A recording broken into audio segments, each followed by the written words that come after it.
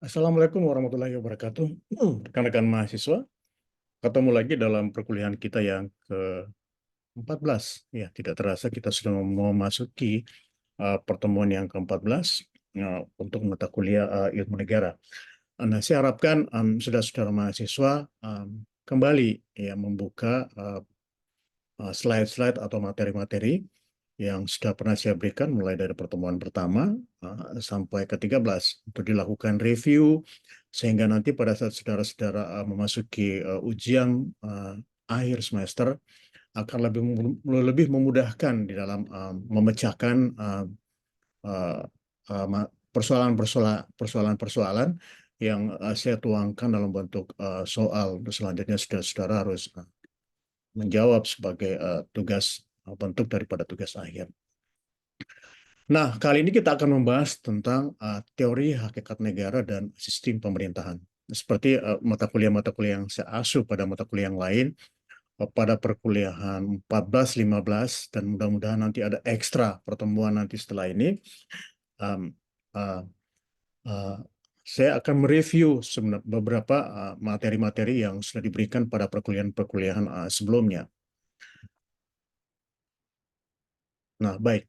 Kalau kita kembali berbicara tentang teori hakikat negara, maka pada prinsipnya ada beberapa teori yang perlu kita kaji kembali. Yang pertama ada yang disebut sebagai teori sosiologis, kemudian ada teori organis, kemudian ada teori ikatan golongan, kemudian ada teori dua sisi atau biasa disebut sebagai Sui-Seitin teori, dan yang terakhir adalah teori hukum murni. Nah, ini adalah teori yang masuk ke dalam kelompok yang biasa kita sebut sebagai teori hakikat negara. Nah, yang pertama kita akan membahas tentang apa itu teori sosiologis.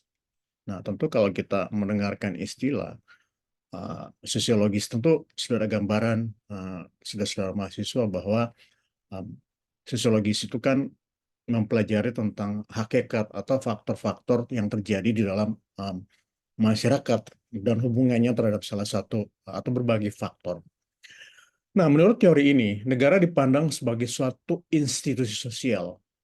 Jadi, negara itu tidak hanya dianggap sebagai suatu government, suatu pemerintahan, tetapi juga dianggap sebagai suatu institusi sosial yang tumbuh di dalam masyarakat karena diperlukan untuk mengurus, mengatur, dan menyelenggarakan kepentingan masyarakat. Nah, di sini disebut suatu institusi sosial karena di dalam institusi itu ada interaksi ya antara manusia yang satu dengan manusia yang lain, antara kelompok yang satu dengan kelompok yang lain, antara pemerintahan dengan masyarakat, antara pemerintahan yang satu dengan pemerintahan yang lainnya. Kemudian penganutnya adalah Rudolf Schman. Nah, Rudolf ini mengatakan bahwa hakikat negara adalah ikatan keinginan kelompok masyarakat yang diusahakan selalu statis dengan mengadakan faktor-faktor integrasi atau pemersatu. Jadi, menurut Rudolf bahwa terbentuknya suatu negara itu adalah merupakan keinginan dari suatu kelompok atau beberapa kelompok, ya, dan berusaha melakukan integrasi, ya, di dalam kelompok itu supaya kekuatan suatu negara atau maknanya dilakukan penguatan kelompok-kelompok itu supaya kekuatan dalam suatu negara itu menjadi kokoh. Nah, itu kira-kira itu yang terjadi misalnya di negara Republik Indonesia. Karena pada prinsipnya negara kita itu berdiri atas gabungan berbagai kelompok etnis, berbagai agama, ya berbagai latar belakang budaya yang berbeda-beda. Nah, itulah yang menjadi satu dan mempunyai keinginan untuk melakukan integrasi sehingga pada saat itu terbentuk negara Republik Indonesia. Nah, negara akan tetap eksis dalam menghadapi perubahan. Nah, apabila ada keinginan atau komitmen untuk tetap melakukan integrasi atau pemersatuan, maka bisa dipastikan bahwa negara itu akan long lasting, negara itu akan tetap ada, ya akan tetap eksis dalam kondisi seperti apapun. Karena seperti sudah ketahui bahwa sudah terlalu banyak uh, ancaman sebenarnya yang kita hadapi di Indonesia ini, tapi sampai saat ini kita masih tetap bersatu di dalam Ikatan Negara Kesatuan Republik Indonesia. Nah, kemudian ada yang disebut sebagai teori organis. Kalau tadi teori sosiologis, kalau sekarang kita adalah teori organis. Nah, dalam teori ini, negara dipandang sebagai suatu organisasi yang hidup dan mempunyai kehidupan sendiri dalam berbagai hal yang menunjukkan persamaan dengan organisme manusia, bahkan mempunyai kehendak sebagai manusia yang tentu dipengaruhi oleh teori evolusi kehidupan, ada lahir, ada muda, tua, dan akhirnya mati. Nah, teori organis ini mengibaratkan negara itu sebagai suatu organisme. Saudara-saudara ketahui bahwa uh, ada beberapa ciri-ciri daripada organisme itu yang kita ketahui. Misalnya organisme itu harus tetap hidup, mempertahankan hidup, ya, kemudian peka terhadap kondisi-kondisi yang ada, kemudian uh, uh, harus terus tumbuh dan seterusnya beradaptasi terhadap kondisi yang ada. Nah, itulah yang terjadi di dalam teori organis, di mana dalam teori ini negara itu dipandang sebagai suatu organisasi ya organik, ya, yang diibaratkan sama dengan organisme. Nah, oleh karena itu negara memerlukan ruang hidup atau Lebensraum yang tumbuh dan berkembang secara dinamik. Nah, bagaimana ruang-ruang hidup itu dibangun? Nah, ruang-ruang hidup dibangun biasanya itu dibangun dengan membuat peraturan perundang-undangan. Nah, peraturan perundang-undangan itulah yang membuat ruang-ruang di dalam negara itu selalu ada gitu. Ya, bagaimana orang berbisnis, bagaimana orang bersekolah, bagaimana orang berinteraksi antara satu orang dengan yang lainnya, bagaimana masyarakat berinteraksi dengan pemerintah itu diatur dengan peraturan perundang-undangan. Nah, itulah yang bisa dimaknai sebagai Lebensraum ya, yang tumbuh dan berkembang secara dinamik. Kemudian kehendak negara itu dilaksanakan oleh organ-organ negara seperti parlemen, presiden, menteri-menteri, dan lembaga-lembaga negara lain. Di dalam teori organis, karena negara itu dianggap sebagai satu organisasi, maka harus ada lembaga-lembaga atau harus ada organisasi-organisasi yang mengatur negara itu. Nah, dalam konteks negara kita seperti saat ini dan beberapa negara modern lainnya, negara-negara itu mempunyai parlemen. Kalau di kita sebut sebagai DPR. Kemudian ada menteri-menteri ya, yang mengepalai setiap departemen-departemen atau kementerian-kementerian. Kemudian ada lembaga-lembaga negara. Nah, kalau di Indonesia kita mengenal misalnya ada uh, uh, MK, Mahkamah Konstitusi, ya. Kemudian ada Komisi Yudisial, ya, dan berbagai organisasi-organisasi atau lembaga-lembaga yang relevan lainnya.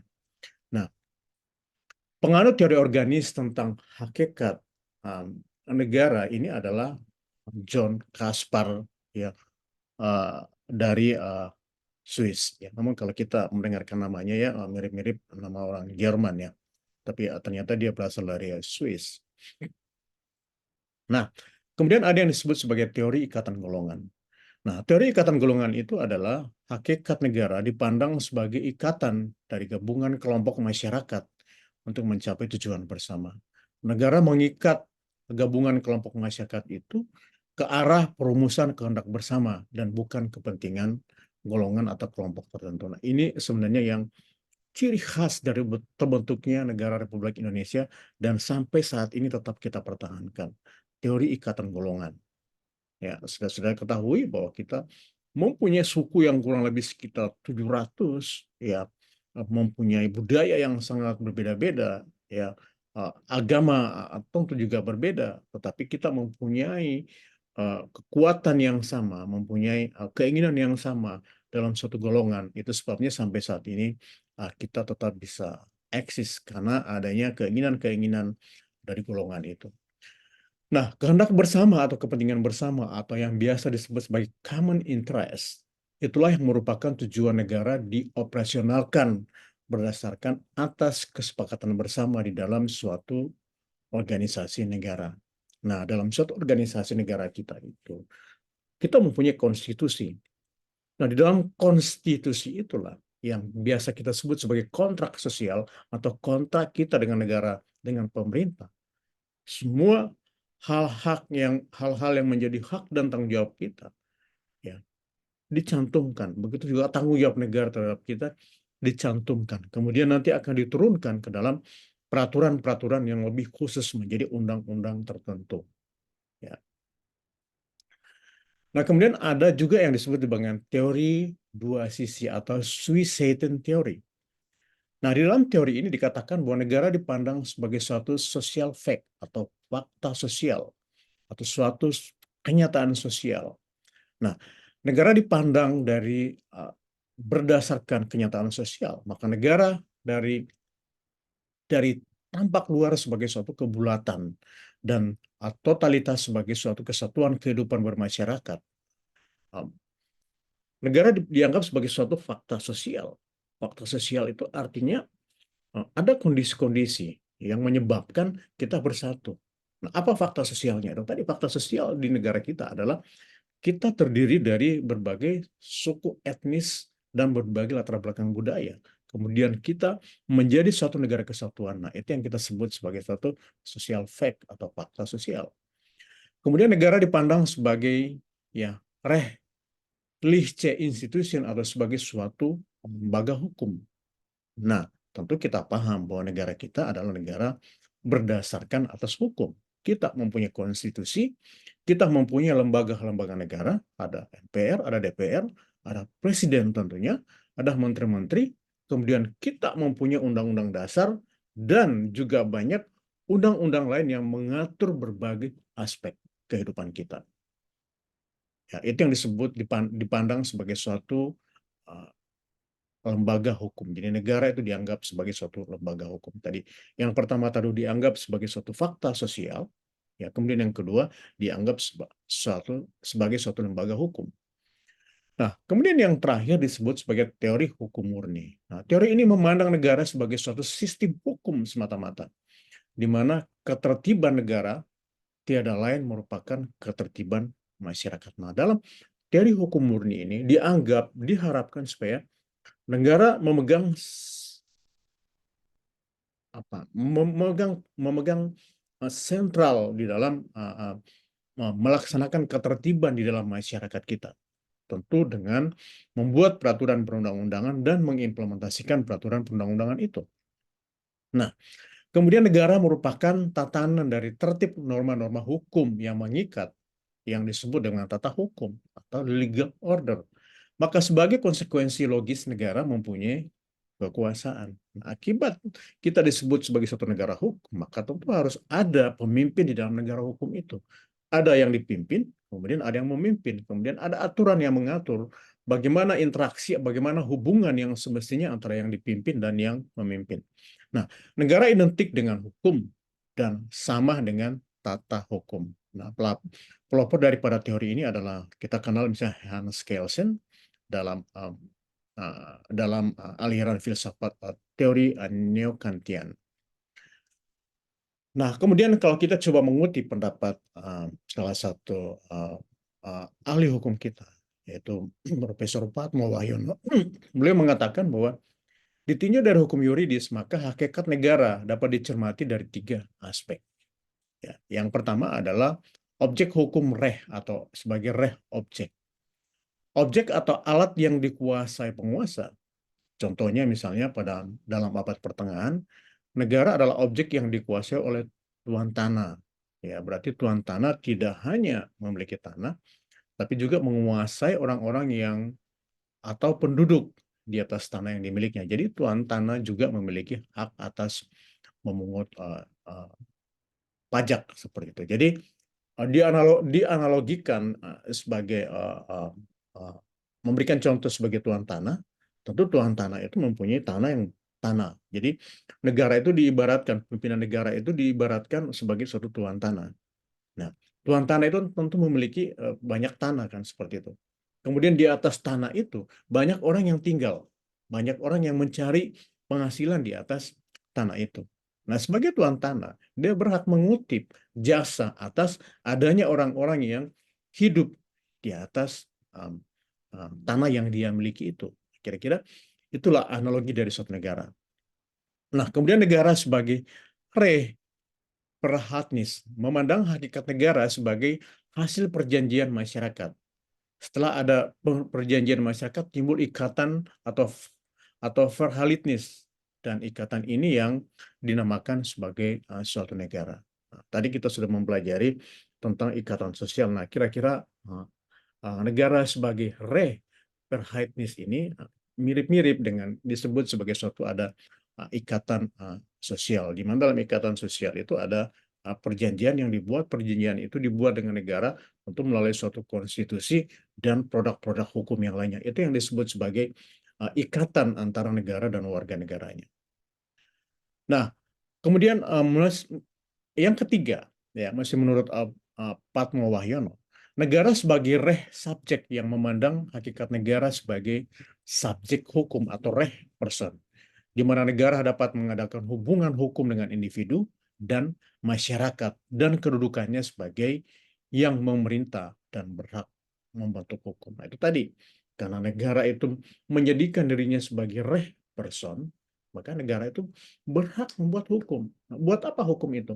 Hukum itu digunakan sebagai landasan untuk mengatur bagaimana hubungan dengan warga negaranya, bagaimana hubungan dengan negara-negara lain, bagaimana dituangkan di situ hak-hak dan tanggung jawab warga negara dan juga tanggung jawab negara.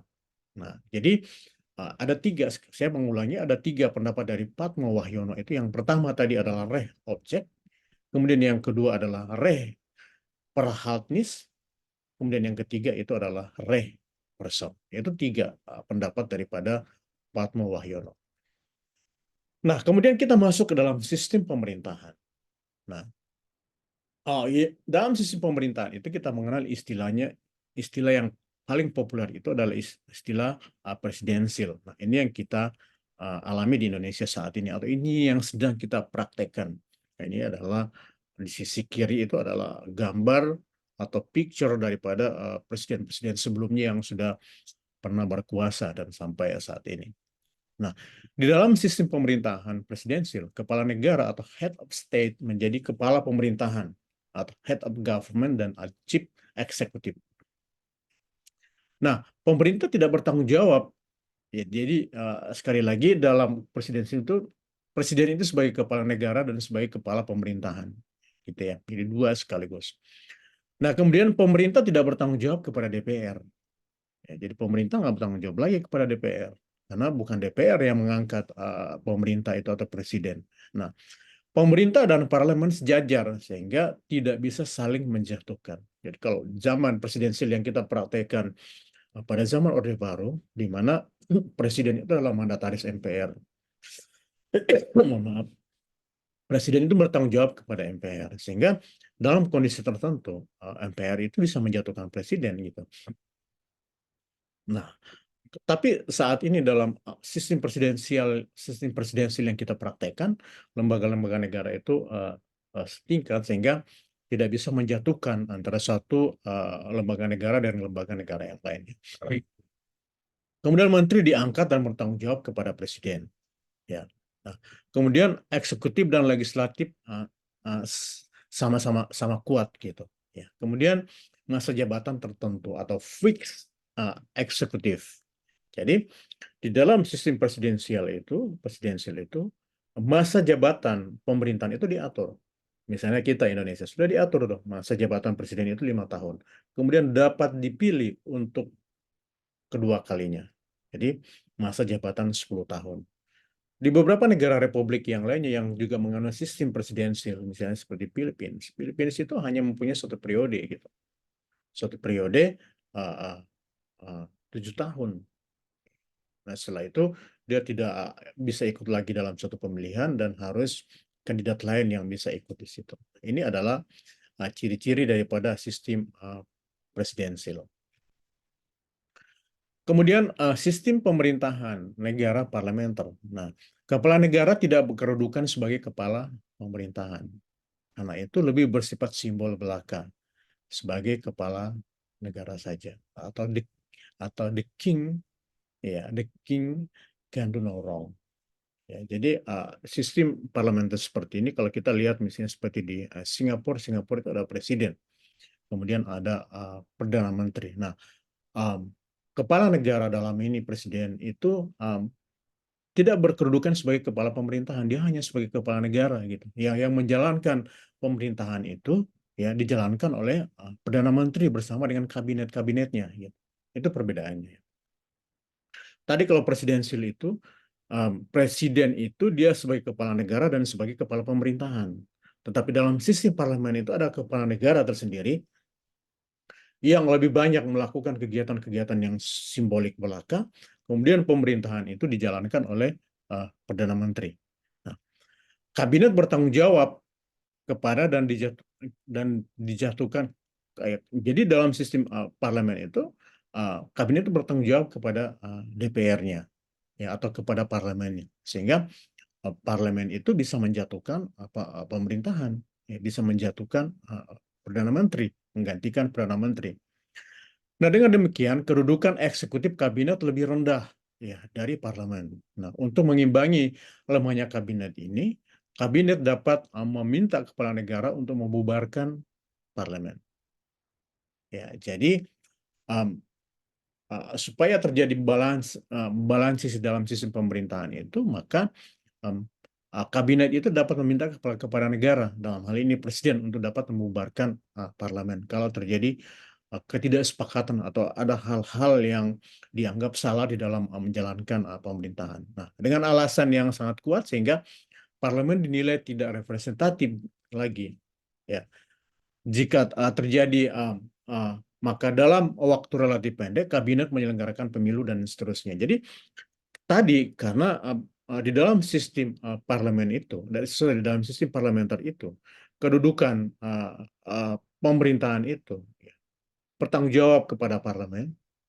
Nah, nah itu sebabnya uh, perdana menteri tidak dapat membubarkan parlemen gitu, sehingga dia harus tunduk terhadap parlemen. Nah, apabila terjadi hubungan yang kurang harmonis antara perdana menteri atau kepala pemerintahan dengan parlemen, maka perdana menteri itu bisa meminta kepada kepala negara untuk membubarkan parlemen itu ya, dalam kondisi atau keadaan-keadaan tertentu. Dan selanjutnya dilakukan pemilihan umum lagi. Kira-kira seperti itu.